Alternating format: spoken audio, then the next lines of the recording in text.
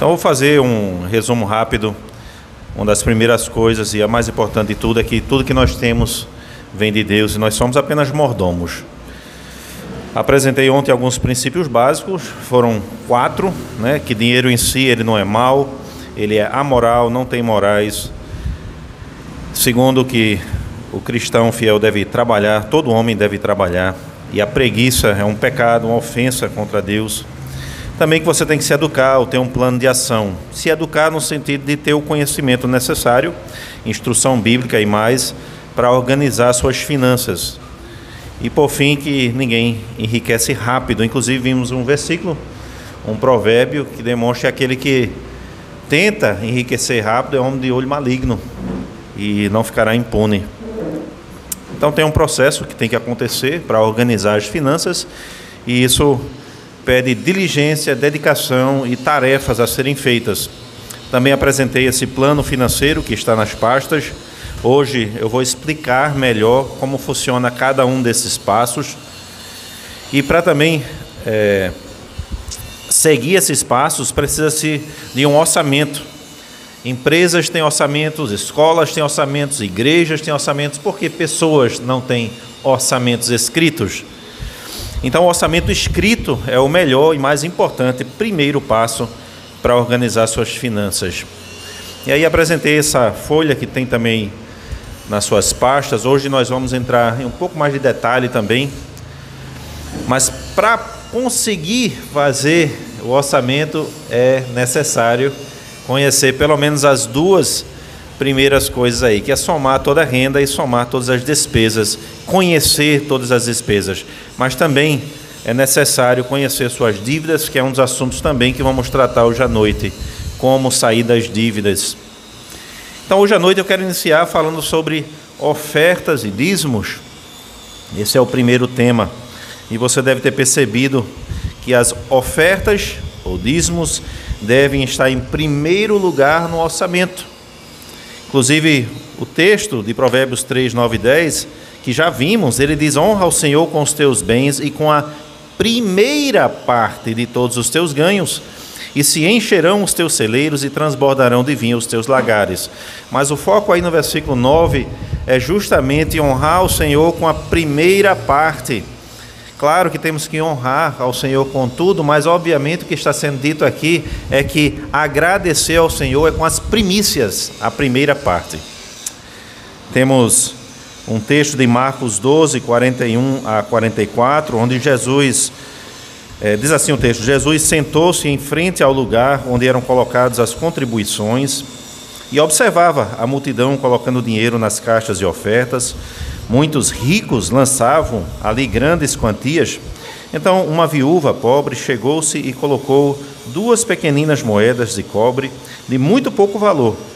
Chamando a si os seus discípulos, Jesus declarou: afirmo-lhes que essa viúva pobre colocou na caixa de oferta mais do que todos os outros. Todos deram do que lhes sobrava, mas ela, de sua pobreza, deu tudo o que possuía para viver, diz o texto. Então, Jesus usou aquele momento oportuno para ensinar justamente isso. E muitas pessoas dão, e muitos até dão do que sobra, e pode parecer muita coisa, mas para Deus não agrada. Então, nós, como cristãos, devemos dar das primícias, da primeira parte, com gratidão. E isso agrada ao Senhor. Também tem um texto de Malaquias 3, 8 a 10, onde diz: roubará o homem a Deus? Todavia vós me roubais, e dizeis: em que te roubamos? Nos dízimos e nas ofertas. Com maldição sois amaldiçoados, porque a mim me roubastes, sim, toda essa nação. Trazei todos os dízimos à casa do tesouro, para que haja mantimento na minha casa. E depois fazei prova de mim nisso, diz o Senhor dos Exércitos, se eu não vos abrir as janelas do céu e não derramar sobre vós uma bênção tal, até que não haja lugar suficiente a recolherdes. Ali o profeta Malaquias trazendo a palavra de Deus e exortação ao povo que estavam sendo fiéis em dar suas ofertas. Então, a própria palavra de Deus veio e disse: se você demonstra sua gratidão a mim, fidelidade, vocês vão ver como eu sou um Deus bondoso, que derramarei bênçãos sobre vocês. Claro que esse não é o motivo porque nós somos fiéis a Deus, realmente somos gratos a Ele pelo muito que a gente já recebe. Então, as nossas ofertas ao Senhor mostram que nós reconhecemos que tudo vem de Deus e de que Ele é poderoso para nos dar de tudo que nós precisamos como filhos amados do nosso Pai. Tem outro texto também em 1 Coríntios 16.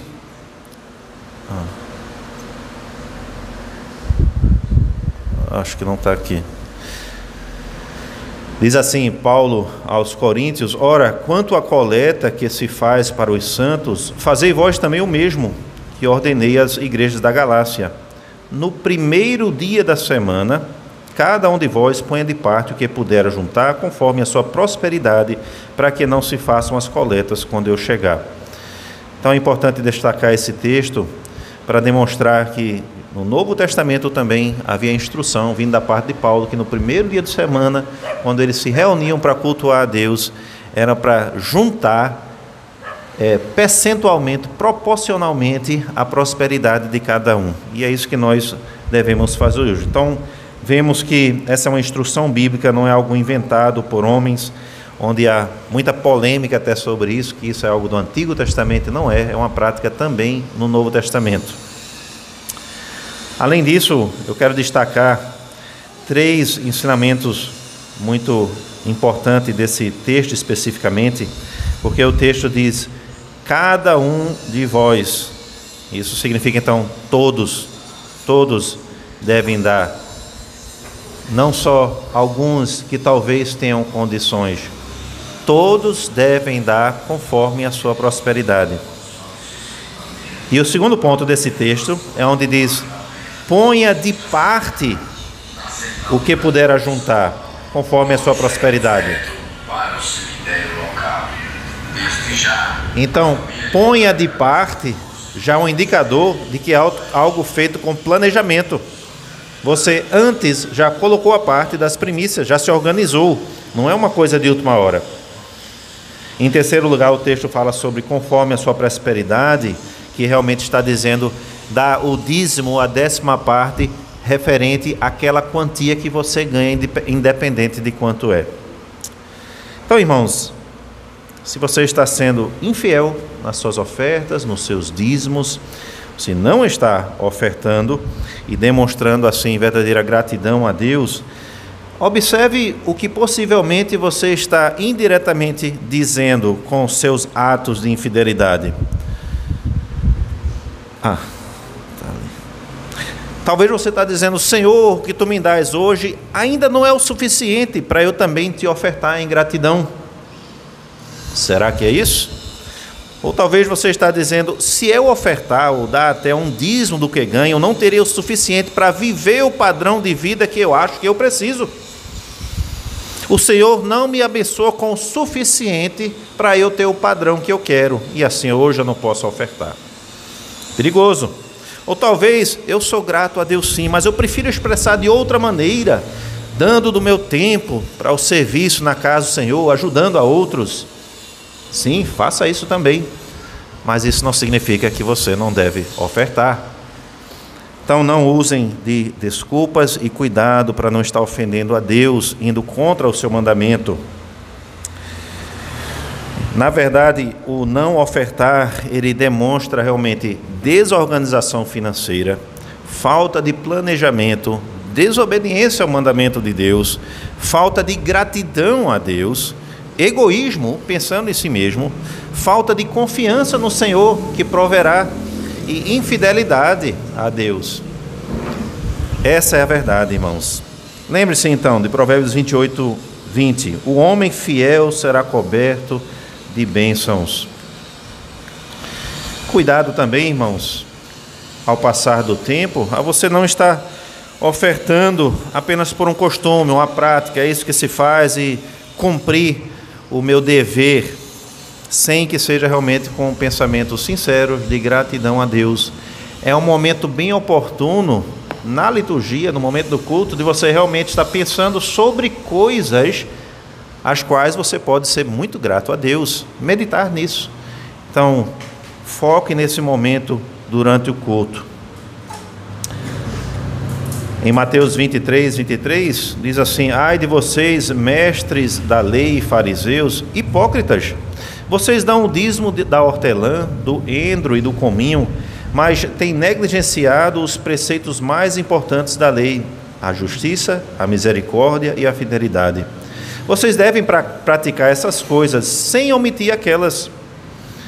Então, os fariseus achavam que ao fazer aquele ritual, aquele dar as ofertas tão corretamente, tão precisamente nos seus cálculos, estavam sendo fiéis. Mas Jesus alertou. E o coração deve estar no lugar certo, de gratidão a Deus. E hoje nós também. Então, no momento das ofertas, esteja pensando sobre o que está acontecendo.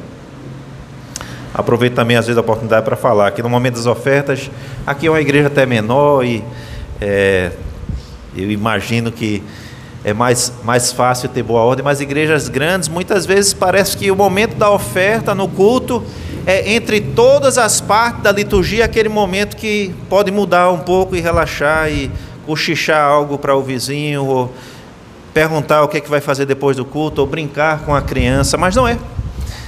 É igualmente a palavra de Deus, a invocação, os louvores, a oração, é igualmente um momento de reverência e gratidão a Deus. Então, atentos também nesse momento das ofertas no culto.